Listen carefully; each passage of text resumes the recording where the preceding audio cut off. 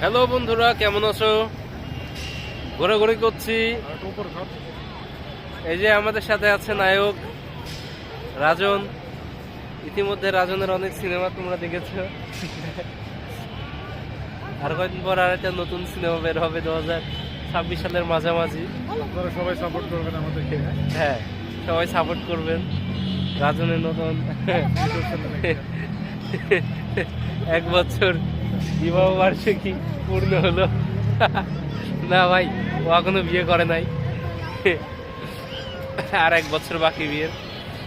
1 বছর পরে রাজন ওর একটা হিললে হবে। ফুল মনে হচ্ছে ভিলেন।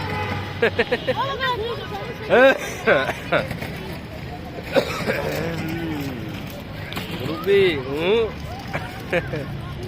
আজকে খুব ঘুরলাম। দোষের মধ্যে এই স্টেশনে আমরা ঢুকতে পারলাম না, টিকিট বন্ধ।